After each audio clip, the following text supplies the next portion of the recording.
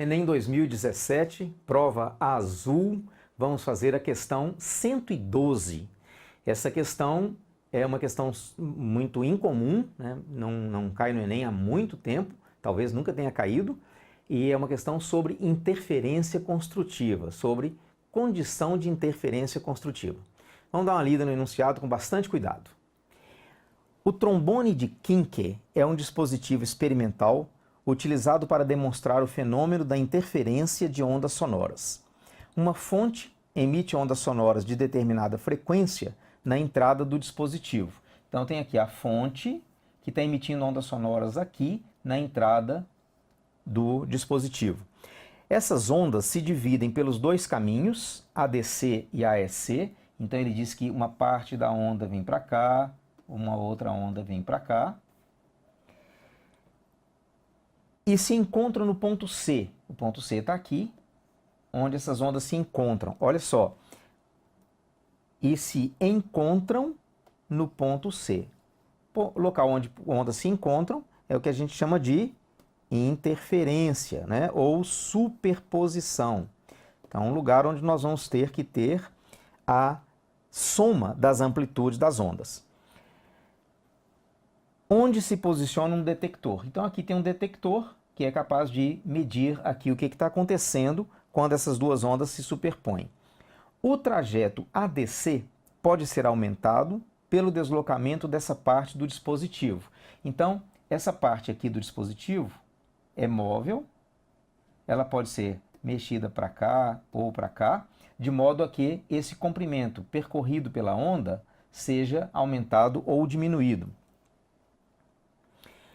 Com o trajeto ADC igual ao AEC, o trajeto ADC igual ao trajeto AEC, capta-se um som muito intenso na saída. Som muito intenso. Então, o que ele quis dizer? Uma interferência construtiva, em que as duas ondas tiveram as suas amplitudes somadas. Entretanto, aumentando-se gradativamente o trajeto ADC, então, quer dizer que ele vai puxar essa parte do trombone para a esquerda aqui no desenho, de modo que o trajeto ADC vai aumentando, aumentando-se gradativamente. Então, isso aqui é importante para mim. Ele vai puxar isso aos pouquinhos, até que ele fique como mostrado na figura. Então, nesse ponto, mostrado na figura, significa que esse trajeto está ligado à distância de 40 e esse outro trajeto à distância de 30 centímetros. A intensidade do som na saída fica praticamente nula. Então, aqui eu tenho interferência destrutiva, interferência totalmente destrutiva. Desta forma, conhecida a velocidade do som no interior do tubo, de 320 metros por segundo, é possível determinar o valor da frequência do som produzido pela fonte. Bem, vale a pena relembrar um pouquinho a questão da interferência construtiva e destrutiva. Então, imagine que eu tenho uma onda chegando de cá, uma onda chegando de cá. Eu tenho, imaginando aqui os vales e cristas, né? Se eu tenho um ponto em que duas cristas se superpõem, eu somo as amplitudes das duas, então eu tenho uma interferência construtiva. Na questão, ele quer uma condição de interferência destrutiva. Uma interferência totalmente destrutiva, então eu tenho uma crista de uma das ondas e um vale da outra. Não é?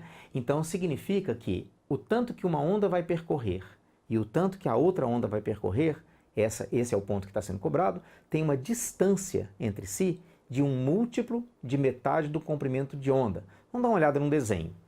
Então, se eu tenho uma onda representada assim como uma onda senoidal vindo para cá e uma onda também representada como senoidal vindo para cá.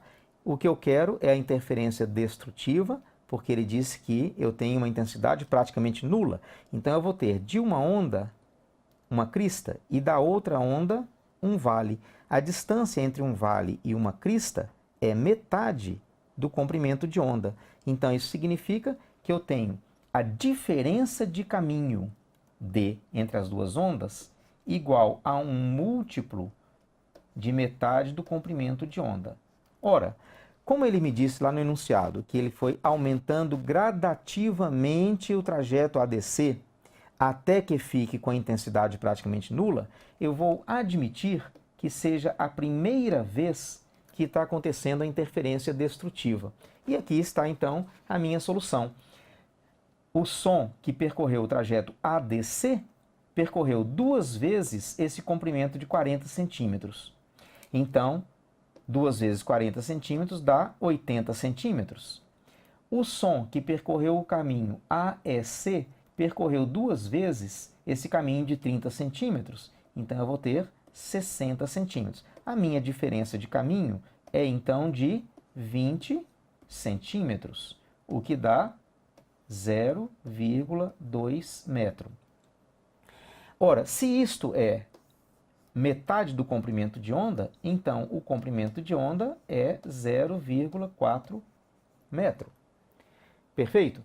Então, isso é a cobrança que ele está fazendo de nós. Mas a pergunta, veja só, o comando, o valor da frequência em hertz do som produzido pela onda é. Então, eu preciso de lembrar que a velocidade, equação fundamental das ondas, é V igual a lambda F. Como o cobrado de mim é a frequência, então eu posso isolar aqui a frequência e escrever que ela é a velocidade sobre o comprimento de onda. A velocidade do som foi dado, é de 320 metros por segundo. Então eu vou dividir isso pelo comprimento de onda que nós acabamos de calcular, que é 0,4. Multiplicando os dois aqui por 10, 3.200 por 4 dá 800 Hz, que diz então que o meu gabarito é a letra C. Tem um último comentário para a gente fazer sobre essa questão, além de lembrar que é uma questão inusitada para nós no Enem, uma questão de cálculo, uma questão de cobrança de um detalhe muito delicado na parte de ondas, mas também temos que observar que para fazer esse cálculo da diferença de caminho, nós estamos desprezando essa curvatura aqui do trombone quando comparada com as distâncias de 40 e 30 centímetros, já que nós não temos nenhuma informação sobre esses dois trechos. Mas, de qualquer forma, nós vamos admitir que eles dois são iguais e eu posso, com tranquilidade, esquecê-lo. A diferença de caminho vai ser os mesmos 20 centímetros. Uma questão difícil para o Enem deste ano.